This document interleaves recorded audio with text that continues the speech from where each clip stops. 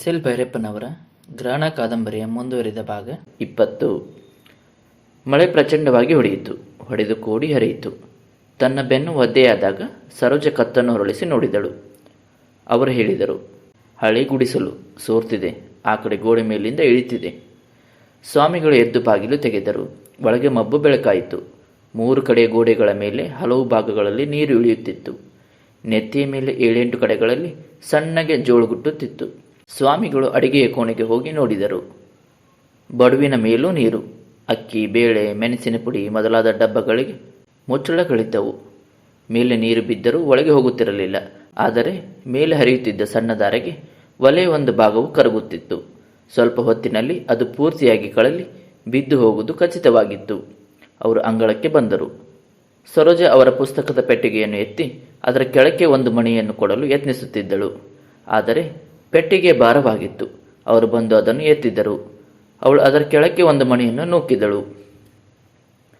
ನೆಲದ ಮೇಲೆ ನಿಂತಿದ್ದ ನೀರು ಪೆಟ್ಟಿಗೆಯೊಳಕ್ಕೆ ಹರಿದು ಒಳಗಿದ್ದ ಪುಸ್ತಕಗಳು ನೆನೆಯುವುದಿಲ್ಲವೆನಿಸಿತು. ಅವಳು ಅಡಿಗೆಯ ಕೋಣೆಗೆ ಹೋಗಿ ಒಂದು ಅರಿಕಿನ ಚಿಟ್ಟಿ, ಒಂದು ಕೋಳದಪ್ಪಲೆ ಮೊದಲಾಗಿ ಕೈಗೆ ಸಿಕ್ಕಿದ ಪಾತ್ರೆಗಳನ್ನು ತಂದು ಅಂಗಳದಲ್ಲಿ ಸೋರುವ ಜಾಗಗಳಲ್ಲಿ ಇಡತೊಡಗಿದಳು. ಏನು ಮಾಡ್ತಿದೀಯಾ ಎಂದು ಅವರು ಕೇಳಿದರು. ನೆಲ ಕರ್ಕೊಂಡು ಹೋಗ್ತಿದೆ ಎಂದಳು ಸರೋಜ. ನೆಲ ಒಂದೇ ಅಲ್ಲ, ಗೋಡೆಗಳನ್ನು ನೋಡು. ಒಳಗೆ ಅಡಿಗೆಯ ಒಲೆ ನೋಡಲಿಲ್ಲವೇ ನೀನು? ಮಳೆಯಲ್ಲಿ ಈ ಇಡೀ ಗೂಡಿಸಲು ಕುಸಿದು ಹೋಗುತ್ತೆ.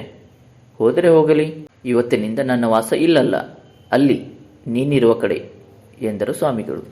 ಸರೋಜ ಉಸ್ತುಗಳಾದಳು, ಉದ್ವಿಗ್ನಳಾದಳು, ಮೂಕಳಾದಳು. ಆಕಾಶವನ್ನು ಮುಸುಕಿದ್ದ ಕಪ್ಪು ಮೋಡದೊಳಗಿನಿಂದ ಸುಂದರವಾದ ಮೃದು ಪ್ರಕಾಶವು ಹೊರಬಂದು ಪಸರಿಸದಂತಾಯಿತು. ಈ ಹೊತ್ತಿನಿಂದ ತಾನು ಸಂಸಾರಸ್ಥೆ, ಇವರು ನನ್ನ ಜೊತೆ, ನಾನು ಇವರ ಜೊತೆ ಎಂಬ ಯೋಚನೆಯಿಂದಲೇ ಸುಖದ ಉದ್ವಿಗ್ನತೆಯುಂಟಾಗಿ ಕಣ್ಣು ಮಂಜಾಯಿತು. 1 ನಿಮಿಷ ಕಣ್ಣನ್ನು ಮುಚ್ಚಿಕೊಂಡಿದ್ದು ಆಮೇಲೆ ಅಡಿಗೆ ಮನೆಗೆ ಹೋದಳು.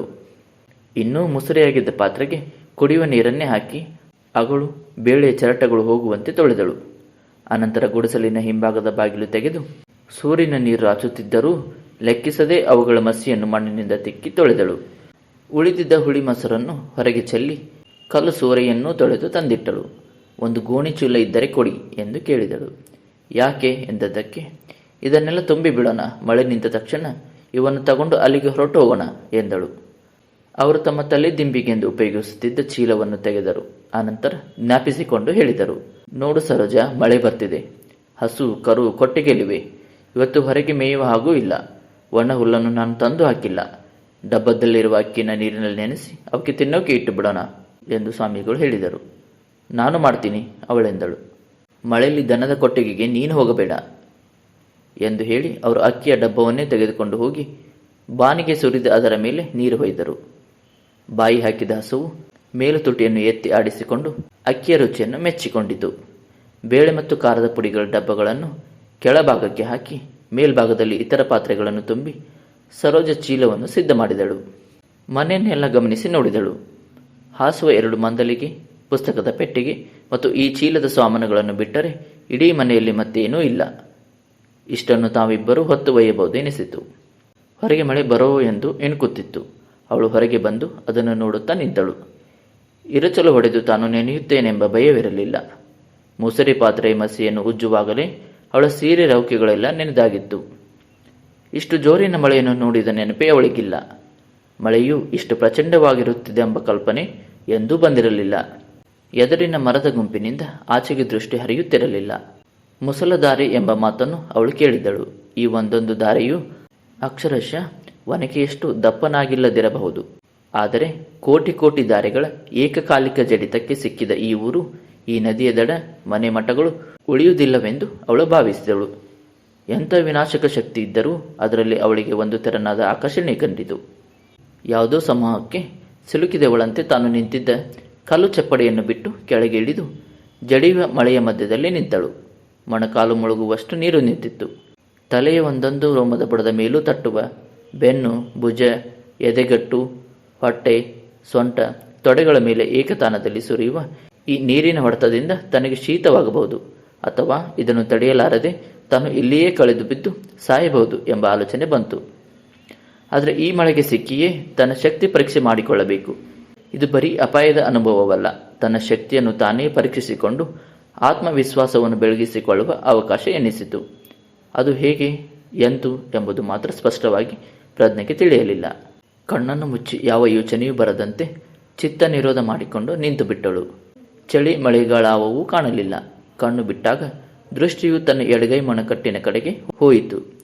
ಕಟ್ಟಿದ್ದ ಕೈ ಗಡಿಯಾರವು ಅಲ್ಲಿಯೇ ಇದೆ. ಇಷ್ಟು ತನಕ ಅದು ಮಳೆಯಲ್ಲಿ ನೆನೆದಿದೆ. ತಾನು ಗಮನಿಸಿಯೇ ಇಲ್ಲ ಎಂದು ಗೊತ್ತಾಯಿತು. ಬಲ ಅಂಗೈ ಮರೆ ಮಾಡಿಕೊಂಡು ಗಂಟೆಯನ್ನು ನೋಡಿದಳು. ಕಾಲ ನಿಂತು ಹೋಗಿತ್ತು. ಗಡಿಯಾರವನ್ನು ತನ್ನ ಕಿವಿಗೆ ಒತ್ತಿ ಹಿಡಿದುಕೊಂಡಳು. ಒಂದೇ ಸಮನೆ ಬರಗುಡುತ್ತಿದ್ದ ಮಳೆಯ ಸದ್ದಿನಲ್ಲಿ ಈ ಸಣ್ಣ ಯಂತ್ರದ ಸದ್ದು ಕೇಳುತ್ತದೆಂದು ಅದನ್ನು ಕಿವಿಯ ಹತ್ತಿರ ಇಟ್ಟುಕೊಂಡಿದ್ದೇ ತನ್ನ ಮೂರ್ಖತನವೆನಿಸಿತು. ಗಡಿಯಾರ ನಿಂತಿರುವುದು ನಿಜ. ಅದರೊಳಗೆ ನೀರು ಹೋಗಿದೆ ಎಂಬ ಅರಿವಾದರೂ ಖೇದವೆನಿಸಲಿಲ್ಲ. ಇನ್ನಷ್ಟು ಹೊತ್ತು ಮಳೆಯ ನೀರಿನಲ್ಲಿ ಅದನ್ನು ನೆನೆಯಗೊಡಬಾರದು ಎಂಬ ಎಚ್ಚರವೂ ಹುಟ್ಟಲಿಲ್ಲ.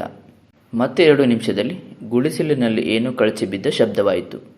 ಯಾವುದೋ ಗೋಡೆ ಎಂದು ಸದ್ದೆ ಹೇಳುತ್ತಿತ್ತು. ಅವಳು ತಿರುಗಿ ನೋಡಿದಳು. ಆಶ್ಚರ್ಯವಾಯಿತು. ಅವರು ತನ್ನ ಹಿಂಭಾಗದಲ್ಲೇ ನಿಂತಿದ್ದಾರೆ.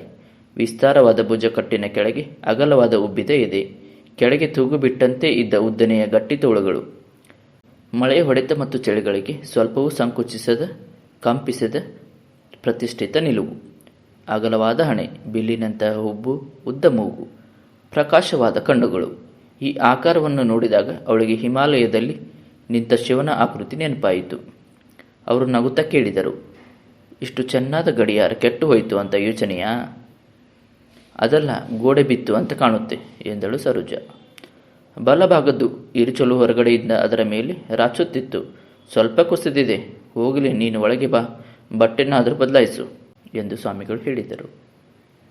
ಎಲ್ಲಿದೆ ಬಟ್ಟೆ ಎಂಬ ಸರೋಜಳ ಪ್ರಶ್ನೆಗೆ ಬಾ ಕೊಡ್ತೀನಿ ಎಂದು ಮಂಡಿ ಮುಳುಗುವ ನೀರಿನಲ್ಲಿ ಅವಳ ತೋಳು ಹಿಡಿದು ನಡೆಸಿಕೊಂಡು ಒಳಗೆ ಕರೆದೊಯ್ದರು. ಬಲಭಾಗದ ಗೋಡೆಯ ಮೇಲುಭಾಗ ಉರುಳಿ ಬಿದ್ದಿದ್ದರೂ ಈಗ ಇರುಚಲು ದಿಕ್ಕನ್ನು ಬದಲಾಯಿಸಿದ್ದರಿಂದ ನೀರು ಒಳಗೆ ನುಗ್ಗುತ್ತಿರಲಿಲ್ಲ. ಆದರೆ ಸೂರ್ಯದ ನೀರೇ ಒಳಗೆ ಹೆಚ್ಚು, ಮುಳುಗುವುದಕ್ಕಿಂತ ಹೆಚ್ಚು ಆಳವಾಗಿ ನಿಂತು ಹೊಸಲಿನ ಮೇಲೆ ಕೂಡಿ ಹರಿಯುತ್ತಿತ್ತು. ಮಣೆಯ ಮೇಲೆ ಇಟ್ಟಿದ್ದ ಪುಸ್ತಕದ ಪೆಟ್ಟಿಗೆ ನೆನೆಯುವಂತೆ ಆಗಿತ್ತು. ಅವರು ಬಾಗಿ ಹೊಸಲಿಗೆ ಕೈ ಹಾಕಿದರು. ಅದರ ಕೆಳಭಾಗ ಚೆನ್ನಾಗಿ ನೆನೆದಿತ್ತು. ಇಡೀ ಹೊಸಲನ್ನೇ ಕಿತ್ತು ಹಾಕಿ ನೀರು ಹರಿದು ಹೋಗಲು ಅನುವು ಮಾಡಿದರೆ ಒಳಗೆ ಭೂಮಿ ಸರಿಯಾಗುತ್ತದೆ ಎನಿಸಿತು. ಆದರೆ ಬಾಗಿಲು ವಾಡಕ್ಕೆ ಸೇರಿಕೊಂಡಿದ್ದ ಹೊಲಸನ್ನು ಕಿತ್ತರೆ ಬಾಗಿಲು ವಾಡದ ಸಮೇತ ಇಡೀ ಬಾಗಿಲನ್ನೇ ಕೀಳಬೇಕಾಗುತ್ತಿತ್ತು. ಅದನ್ನು ಯಾಕೆ ಕಿತ್ತು ಹಾಕಬಾರದು ಎನಿಸಿತು. ಅದರಲ್ಲಿ ಒಂದು ವಿಧವಾದ ಅಲೌಕಿಕ ಆಕರ್ಷಣೆ ಕಂಡಿತು. 2 ಕೈಯನ್ನು ಹಾಕಿ ಹೊಸಲಿನ ಕೆಳಗೆ ನೆನೆದಿದ್ದ ಮಣ್ಣನ್ನು ಬಗೆದು ಹೊಲಸನ್ನು ಜಾಡಿಸಿ ಎತ್ತಿದರು. ಬಾಗಿಲು ವಾಡ ಅಲುಗಾಡಿತು. ಅದಕ್ಕೆ ಅಂಟಿಕೊಂಡಿದ್ದ ಗೋಡೆ ನಡುಗಿತು. ಹೊಸಲಿನ ಕೆಳಗೆ ಅವರು ಬಗೆದಿದ್ದ ಜಾಗದಿಂದ ನುಗ್ಗಿದ ನೀರು ತನಗೆ ತಾನೇ ಜಾಗ ಮಾಡಿಕೊಂಡ ಜಾಗವನ್ನು ಅಗಲು ಮಾಡಿಕೊಂಡು ಹರಿಯಿತು. ಒಳಗೆ ಮಡುಗಟ್ಟಿದ್ದ ನೀರು ಹೊರಗೆ ಹೋಗಲು ಶುರುವಾಯಿತು. ಹೊಲಸನ್ನು ವಿಸರ್ಜಿಸಿ ಆಯಿತು. ಬಾಗಿಲನ್ನು ವಾಸ್ತವವಾಗಿ ಕೀಳುವ ಅಗತ್ಯವಿಲ್ಲ ಎಂದುಕೊಂಡು ಒಳಗೆ ಬಂದ ಅವರು ಪುಸ್ತಕದ ಪೆಟ್ಟಿಗೆಯನ್ನು ತೆಗೆದರು. ಒಳಗಿದ್ದ ತಮ್ಮ ಒಂದು ಕಾವಿಯ ಪಂಚೆಯನ್ನು ತೆಗೆದು ಉಟ್ಟುಕು ಎಂದರು. ಇದನ್ನ, ಈ ಕಾವಿಯನ್ನ ಎಂದು ಅವಳು ಕೇಳಿದಳು. ಆದರೇನಂತೆ? ಉಟ್ಟುಕೊಂಡು ಸೀರೆನ ಹಿಂಡಿ ಹಾಕು ಎಂದರು. ಅವಳು ಈಗ ಸ್ವಲ್ಪ ಚಳಿ ಎನಿಸುತ್ತಿತ್ತು. ಒಣಗಿದ ಬಟ್ಟೆ ಉಡಬೇಕೆನಿಸಿತು. ಆದರೆ ಅವರೆದುರಿಗೆ ಬಟ್ಟೆ ಬದಲಾಯಿಸಲು ನಾಚಿಕೆ. ನೀವು ಆ ಕಡೆಗೆ ಹೋಗಿ ಎಂದಳು. ಅವರು ಹಿಂಭಾಗದ ಬಾಗಿಲಿನಿಂದ ಮಳೆಯಲ್ಲಿ ನಡೆದು ಹಸುವಿನ ಕೊಟ್ಟಿಗೆಗೆ ಹೋದರು. ಅಲ್ಲೂ ಸೋರುತ್ತಿತ್ತು. ಆದರೆ 3 ತಿಂಗಳಿನಲ್ಲಿ ತಾನೇ ಮೇಲೆ ಒಂದು ಜೋಡಿ ಸೋಗಿ ಹಾಕಿದ್ದರಿಂದ ಅಷ್ಟು ಹೆಚ್ಚು ಸೋರಿರಲಿಲ್ಲ. ಎತ್ತರ ಕಡಿಮೆ ಇದ್ದುದರಿಂದ ಗೋಡೆಗಳಿಗೆ ಇರುಚಲು ಹೊಡೆದಿರಲಿಲ್ಲ. ಹಸುವು ಹಬ್ಬದ ಊಟದಂತೆ ಅರೆ ನೆನೆದ ಅಕ್ಕಿಯನ್ನು ಆರೋಗಣೆ ಮಾಡುತ್ತಿತ್ತು. ಅಮ್ಮನ ಜೊತೆಗೆ ಬಾನಿಗೆ ಬಾಯಿ ಹಾಕಿ ತೆಗೆದಿದ್ದ ಗುರುತು 4 ತಿಂಗಳ ಕರುವಿನ ಮುಸುಡಿಯಲ್ಲಿ ಕಾಣುತ್ತಿತ್ತು. ಅವರು ಮತ್ತೆ ಬರುವ ಹೊತ್ತಿಗೆ ಅವಳು ಕಾವಿಯ ಪಂಚೆಯನ್ನು ಸೀರೆಯಂತೆ ಉಟ್ಟು ರವಿಕೆ ಇಲ್ಲದಕ್ಕೆ ಅದರಲ್ಲೇ ಉದ್ದನೆಯ ಸೆರಗು ಮಾಡಿ ಪೂರ್ತಿಯಾಗಿ ಹೊದೆದು ತಲೆಯನ್ನು ಬಿಚ್ಚಿ ಒರೆಸಿ ತುದಿಗಂಟು ಹಾಕಿಕೊಂಡಿದ್ದಳು. ಸೀರೆ, ಲಂಗ, ರೌಕೆ ಬಿಗಿಯಾಗಿ ಹಿಂಡಿದರೂ ಮೇಲೆ ಇದ್ದ ಬಿದಿರಿನ ಮೇಲೆ ಒಣಗಿ ಹಾಕಿದರೆ ಸೋರುವ ನೀರಿನಲ್ಲಿ ಮತ್ತೆ ಒದ್ದೆಯಾಗುತ್ತದೆ ಎಂದು ಅವಳು ಹಾಗೆಯೇ ಪೆಟ್ಟಿಗೆಯ ಮೇಲೆ ಇಟ್ಟಿದ್ದಳು. ಅವರನ್ನು ನೋಡಿ ಹೇಳಿದಳು, ಈ ವೇಷದಲ್ಲಿ ನಾನು ಸನ್ಯಾಸಿಯಾಗಿ ಕಾಣುತ್ತೇನೆ ಅಲ್ಲವೇ? ಹ್ಞೂ ಎಂದರು. ಹಾಗಾದರೆ ಅಲ್ಲಿಗೆ ಹೋಗೋದು ಬೇಡ, ಇಬ್ಬರು ಇಲ್ಲೇ ಇದ್ದು ಬಿಡೋಣ ಎಂದಳು. ಆಗಲೇ ಇದರ ಗೋಡೆ ಬಿದ್ದಿದೆ, ಹೊಲಸನ್ನು ಕಿತ್ತು ಆಗಿದೆ. ಅದಲ್ಲದೆ ಅಲ್ಲಿರಬೇಕು ಅಂತ ತಾನೇ ನಾವು ಮದುವೆಯಾದದ್ದು ಎಂದು ಕೇಳಿದರು. ಅವಳು ಉತ್ತರ ಹೇಳಲಿಲ್ಲ. ಅವರು ಅವಳನ್ನು ಗಮನಿಸಲಿಲ್ಲ. ಅವರ ಮನಸ್ಸು ಹಿಮಾಲಯದ ಮಳೆಯನ್ನು ನೆನೆಸಿಕೊಳ್ಳುತ್ತಿತ್ತು. ಮೋಡವು ಅಲ್ಲಿ ಆನೆಗಳ ಗುಂಪಿನಂತೆ ಏರಿ ಬರುತ್ತದೆ. ಸಹಸ್ರ ಕಾಡು ಜನರ ಕವಣೆಯಿಂದ ಬಿಳಿಗಲ್ಲು ಬೀರದಂತೆ ಹನಿಗಳು ಹೊಡೆಯುತ್ತವೆ. ಆ ಹೊಡೆತವು ಮನುಷ್ಯರಿಗೆ ಅಮಾನುಷವೆನಿಸಿದರೂ ಆ ಭೀಮ ಪರ್ವತಗಳ ಮಂಡಿ ಸೊಂಟಗಳನ್ನು ಸಿಂಪಡಿಸುವಂತೆ ಕಾಣುತ್ತದೆ. ಅವುಗಳ ಹೊಟ್ಟೆ, ಎದೆ, ಭುಜ, ಶಿಖರಗಳ ಮೇಲೆ ಮಳೆಯಾಗುವುದೇ ಇಲ್ಲ. ಆ ಎತ್ತರಕ್ಕೆ ಸ್ನಾನದ ಅಗತ್ಯವಿಲ್ಲವೆಂಬಂತೆ ಹಿಮವು ಅಲಂಕಾರವನ್ನು ಕೈಗೊಳ್ಳುತ್ತದೆ. ಆ ಪ್ರಚಂಡತೆಯ ಮುಂದೆ ಈ ಮಳೆಯು ಕಾರಂಜಿಯ ಹನಿಗಳೆನಿಸಿತು. ಅಷ್ಟರಲ್ಲಿ ಮಳೆ ಕಡಿಮೆಯಾಯಿತು. ಹೊರಗೆ ಬೋರೆಂದು ಮರೆಯುತ್ತಿದ್ದ ಸದ್ದು ಇಳಿಯಿತು. ಕೆಲವು ನಿಮಿಷಗಳಲ್ಲಿ ಟಪಟಪವೆಂದು ಶೀಘ್ರ ಎಣಿಕೆಯೇ ಸಿಕ್ಕುವಂಥ ಹನಿಗಳ ಸದ್ದು ಕೇಳಿಸಿತು. ಅವರು ಹೊರಗೆ ಬಂದು ನೋಡಿದರು. ಬಾನಿನಲ್ಲಿ ಮೋಡವಿದ್ದರೂ ಅದು ಕಪ್ಪಗಿರಲಿಲ್ಲ, ಹೊಳವಾಗಿತ್ತು. ಮತ್ತೆ ಈ ಜೋರಿನ ಮಳೆಯು ತಕ್ಷಣ ಬರುವ ಸೂಚನೆ ಕಾಣಲಿಲ್ಲ.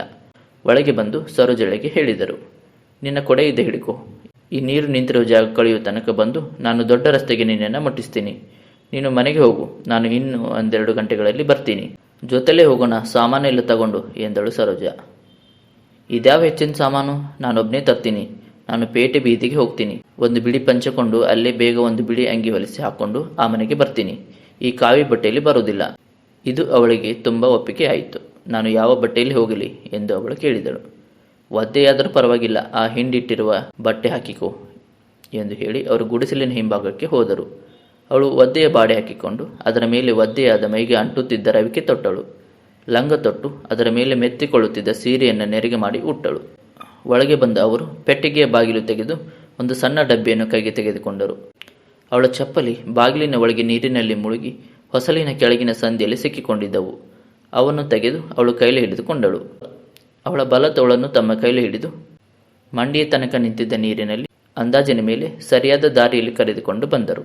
ಆದರೆ ದೊಡ್ಡ ರಸ್ತೆಗೆ ಬರುವ ಮುನ್ನ ದಾಟಬೇಕಾದ ಹಳ್ಳವು ತುಂಬಿ ಹರಿಯುತ್ತಿತ್ತು. ಹಳ್ಳವನ್ನು ದಾಟದೆ ಬೇರೆ ಉಪಾಯವಿರಲಿಲ್ಲ.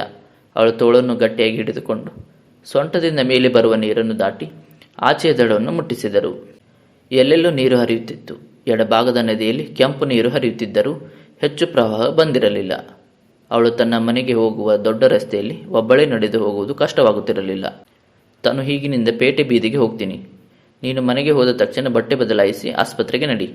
ನರ್ಸು, ಮಿಡ್ವೈಫ್, ಕಾಂಪೌಂಡರು ಯಾರಿದ್ದರೂ ನಮ್ಮ ಮದುವೆ ಆಯಿತು ಅಂತ ಹೇಳ್ಬಿಡು. ಅಲ್ಲಿಂದ ಅದೇ ಊರೊಳಗೆ ಹಬ್ಬುತ್ತೆ. ನಾಳೆ ಸಂಜೆ ಒಳಗೆ ಮುಂಗಾರಿನ ಹಾಗೆ ಸುತ್ತ 50 ಮೈಲಿ ಹರಡುತ್ತೆ. ಮದುವೆ ಆಗಿರೋದೊಂದೇ ಮುಖ್ಯವಲ್ಲ, ಅದು ಜನಕ್ಕೆ ತಿಳಿಯೋದು ಮುಖ್ಯ ಎಂದು ಹೇಳಿ ಅವರ ಬಲಭಾಗಕ್ಕೆ ತಿರುಗಿದರು. ಅವಳು ಹೈಸ್ಕೂಲ್ ಹಿಂಭಾಗದಿಂದ ಹೋಗುವ ಟಾರು ರಸ್ತೆಯಲ್ಲಿ ನಡೆದಳು. ದೇವಸ್ಥಾನದ ಮುಂದಿನ ಬ್ರಾಹ್ಮಣದ ಕೇರಿಯಿಂದ ನಡೆದು ಅವರು ಪೇಟೆ ಬೀದಿಗೆ ಬಂದರು. ಊರೊಳಗಿನ ಚರಂಡಿಗಳೆಲ್ಲ ಇನ್ನೂ ಗಟ್ಟಿ ಹರಿಯುತ್ತಿದ್ದವು. ಆದರೆ ಬೀದಿಯ ಮೇಲಿನ ನೀರು ಕಡಿಮೆಯಾಗುತ್ತಿತ್ತು. ಜನಗಳು ಬೀದಿಯಲ್ಲಿ ತಿರುಗಾಡಲು ಶುರು ಮಾಡಿದ್ದರು. ಇವರನ್ನು ಕಂಡವರೆಲ್ಲ ಭಯಭಕ್ತಿಗಳಿಂದ ಕೈ ಮುಗಿಯುತ್ತಿದ್ದರು. ಇವರು ನೇರವಾಗಿ ಕೊಮಟಗೆರೆಯ ಬೀದಿಯ ನರಸಿಂಹ ಶೆಟ್ಟರ ಅಂಗಡಿಗೆ ಹೋದರು. ಭಯಭಕ್ತಿಗಳಿಂದ ಎದ್ದು ನಿಂತು ತಲೆಬಾಗಿ ನಮಸ್ಕರಿಸಿದ ಶೆಟ್ಟರನ್ನು ಕೇಳಿದರು.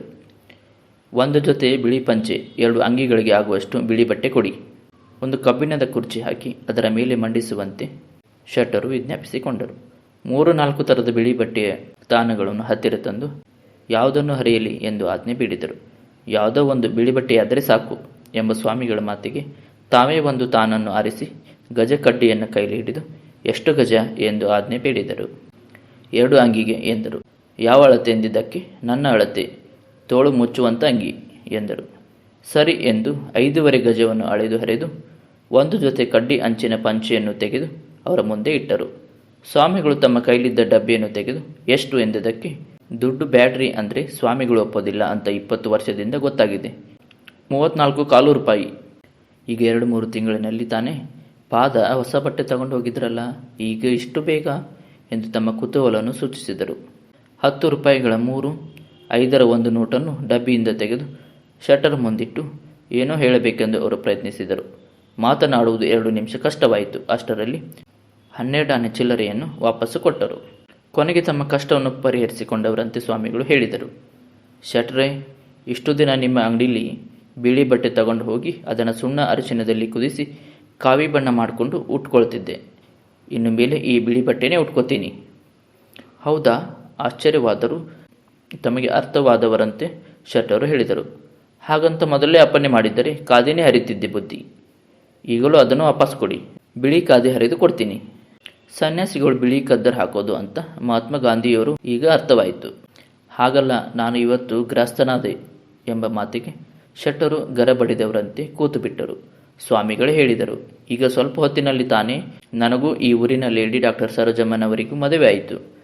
ಗೃಹಸ್ಥನ ಬಟ್ಟೆ ಅಂತ ಬಿಳಿದು ತಗೊಂಡೆ. ಶೆಟ್ಟರು ಗರ ಬಡಿದವರಂತೆ ಕುಳಿತೇ ಇದ್ದರು. ಸ್ವಾಮಿಗಳ 5 ನಿಮಿಷ ಸುಮ್ಮನೆ ಕೂತರು. ಶೆಟ್ಟರಿಗೆ ಮಾತನಾಡಲು ಒಂದು ವಾಕ್ಯವೂ ತಿಳಿಲಿಲ್ಲ. ಸ್ವಾಮಿಗಳು ಎದ್ದು ಅಲ್ಲಿಂದ ಹೊರಟು ನೇರವಾಗಿ ಬೀದಿಯ ಈ ಕಡೆಗೆ ಬಂದರು. ಈಗ ರಸ್ತೆಯ ಮೇಲಿನ ನೀರೆಲ್ಲ ಸಂಪೂರ್ಣವಾಗಿ ಹರಿದು ನೆಲವು ಶುದ್ಧವಾಗಿತ್ತು. ಚರಂಡಿ ಮಾತ್ರ ಇನ್ನೂ ತುಂಬಿ ಹರಿಯುತ್ತಿತ್ತು. ಆಕಾಶದಲ್ಲಿ ಮೋಡಗಳಿದ್ದರೂ ತಕ್ಷಣ ಮತ್ತೆ ಮಳೆ ಬರುವ ಸೂಚನೆಗಳಿರಲಿಲ್ಲ. ಆಗ್ನೇಯ ದಿಕ್ಕಿನಲ್ಲಿ ಚೆನ್ನಾಗಿಯೂ ಹೊಳವಾಗಿತ್ತು. ಬೀದಿಯಲ್ಲಿ ಜನಗಳು ತಿರುಗುತ್ತಿದ್ದರು. ನಿಧಾನವಾದರೂ ಮಳೆ ಬಂದದ್ದು ವೈನವಾಯಿತು. ಹೊಲದಾಗೆ ಜೋಳವಾದರೂ ಹಾಕ್ಬೋದು ಎಂದು ಒಬ್ಬರು ಅನ್ನುತ್ತಿದ್ದರು. ನಾಲೆಗದಲ್ಲಿ ಕೋಳಿ ರೋಗ ಬರಕ್ಕಿಲ್ಲ ಇನ್ನೊಬ್ಬ ಹೇಳುತ್ತಿದ್ದರು. ಹೊಡಿತು ಅಂದರೆ ಸರಿಯಾಗಿ ಹೊಡಿತು. ಇನ್ನೊಂದು 15 ದಿನ ಬಿಟ್ಕೊಂಡು ಮತ್ತೆ ಇಂಥದ್ದೊಂದು ಹದ ಬಂದರೆ ಅಡಿಕೆ ಮರ ಚೇತರಿಸ್ಕೋತಾವೆ ಎಂದು ಅಡಿಕೆ ತೋಟದ ಚಲವೇಗೌಡ ಸಮಾಧಾನ ಪಟ್ಟುಕೊಳ್ಳುತ್ತಿದ್ದ. ಎಲ್ಲರೂ ಸ್ವಾಮಿಗಳನ್ನು ಕಂಡು ಬಾಗಿ ಕೈ ಮುಗಿದು 4 ಹೆಜ್ಜೆ ದೂರ ನಿಲ್ಲುತ್ತಿದ್ದರು. ಸ್ವಾಮಿಗಳು ನೇರವಾಗಿ ನಡೆದು ಬೀದಿಯ ಕೊನೆಯಲ್ಲಿದ್ದ ದರ್ಜಿ ರಾಮುಜಿ ಅಂಗಡಿಗೆ ಹೋದರು. ಹಿಂಭಾಗದಲ್ಲಿ ವಾಸ, ಮುಂಭಾಗದ ಒಂದು ಅಂಕಣವನ್ನು ಬಾಂಬೆ ಟೈಲರಿಂಗ್ ಹಾಲ್ ಮಾಡಿಕೊಂಡಿದ್ದ ಟೈಲರ್ ಇರುಚಲು ಹೊಡೆಯುತ್ತದೆಂದು ಮುಂಬಾಗಿಲು ಮುಚ್ಚಿದ್ದವನು ಆಗ ತಾನೇ ಮತ್ತೆ ತೆಗೆದಿದ್ದ. ಊರಿಗೆ ಮಳೆಯಾಯಿತು, ನಮ್ಮ ಅಂಗಡಿಗೆ ಪಾದ ಬೆಳೆಸ್ತು ಎಂದು ಮಾತುಗಾರ ರಾಮೋಜಿ ನಡುಬಾಗಿ ಕೈ ಜೋಡಿಸಿ ಸ್ವಾಮಿಗಳನ್ನು ಸ್ವಾಗತಿಸಿದ್ದ. ತಮ್ಮ ಕೈಲಿದ್ದ ಅಂಗಿಯ ಬಟ್ಟೆಯನ್ನು ಹೊಲಿಯುವ ಯಂತ್ರದ ಮೇಲಿಟ್ಟು ಸ್ವಾಮಿಗಳು, ನನ್ನ ಅಳತೆ ಗೊತ್ತಿದೆಯಲ್ಲ, ಅದರಲ್ಲಿ 2 ಅಂಗಿ ಆಗಬೇಕು, ಒಂದಂತೂ ಈಗಲೇ ಬೇಕು ಎಂದರು. 2 ಈಗಲೇ ಕೊಡ್ತೀನಿ ಪಾದ, ಅದೆಷ್ಟೊತ್ತು ಎಂದು. 7 ತಿಂಗಳಾಗೆ ತಾನೇ ಉಳಿದುಕೊಟ್ಟಿದ್ನಲ್ಲ ಎಂದು ಕೇಳಿದನು. ಮಾತನಾಡೋದು ಅವರಿಗೆ ಮತ್ತೆ ಸ್ವಲ್ಪ ಕಷ್ಟವಾಯಿತು. ಆದರೆ ತಮ್ಮ ಡಬ್ಬಿಯಿಂದ 1.5 ರೂಪಾಯಿಯನ್ನು ತೆಗೆದು ಬಟ್ಟೆಯ ಮೇಲೆ ಇಡುವಷ್ಟರಲ್ಲಿ ತಮ್ಮ ಒಳಗಿನ ಕಷ್ಟವನ್ನು ದಾಟಿದವರಂತೆ ಹೇಳಿದರು. ಆಗ ಹೊಲಿದುಕೊಟ್ಟಿದ್ದನ್ನ ಕಾವಿ ಮಾಡಿದ್ದೆ, ಇವತ್ತಿನಿಂದ ಅದನ್ನು ಹಾಕೋದಿಲ್ಲ. ಇವತ್ತು ಮಧ್ಯಾಹ್ನ ನಾನು ಗೃಹಸ್ಥನಾದೆ. ರಾಮೋಜಿಗೂ ಗರ ಹೊಡೆದಂತಾಯಿತು. ಆದರೆ ಅವನು ಶೆಟ್ಟರಂತೆ ಮೂಕನಾಗಲಿಲ್ಲ. ಹಂಗಂದ್ರೇನು ಶಿವನೇ ಎಂದು ಕೇಳಿದ. ಈ ಊರಿನ ಲೇಡಿ ಡಾಕ್ಟರ್ ಸರೋಜಮ್ಮನವರಿಗೂ ನನಗೂ ಮದುವೆಯಾಯಿತು. ಅಷ್ಟರಲ್ಲಿ ಕೈಗೆ ತೆಗೆದುಕೊಂಡಿದ್ದ ಕತ್ತರಿಯನ್ನು ಹಾಗೆ ಹಿಡಿದು ಅವನು ಇವರ ಮುಖವನ್ನೇ ನೋಡುತ್ತಾ ನಿಂತು ಬಿಟ್ಟ. ನನಗೆ ಶರ್ಟು ಬೇಕು, ಹೊಲಿ ಎಂದು ಸ್ವಾಮಿಗಳು ಹೇಳಿದ್ದಕ್ಕೆ ಆಜ್ಞಾಬದ್ಧನಂತೆ ಬಟ್ಟೆಯನ್ನು ಕೈಗೆ ತೆಗೆದುಕೊಂಡು ಕತ್ತರಿಸುವ ಮಣಿಯ ಮೇಲೆ ಹಡಿಕೊಂಡ. ಇನ್ನು ಅರ್ಧ ಗಂಟೆ ಬಿಟ್ಕೊಂಡು ಬರಲಾ ಎಂದು ಸ್ವಾಮಿಗಳು ಕೇಳಿದರು. ಯಾವತ್ತೂ ನಾನೇ ನಿಮ್ಮ ಮಠಕ್ಕೆ ತಂದು ಕೊಡ್ತಿರ್ಲಿಲ್ವ ಶಿವನೇ ಎಂದು ರಾಮೋಜಿ ಹೇಳಿದ. ಹಾಗೇ ಮಾಡು ಎಂದು ಹೇಳಿ ಅವರು ಅಂಗಡಿಯಿಂದ ಹೊರಗೆ ಬಂದರು. ಮತ್ತೆ ದೇವಸ್ಥಾನದ ಮುಂಭಾಗದ ಬ್ರಾಹ್ಮಣ ಕೇರಿಯಿಂದ ನಡೆದು ಗುಡಿಸಲಿನ ಕಡೆಗೆ ಹೋದರು. ಕತೆ ಮುಂದುವರಿಯುತ್ತದೆ.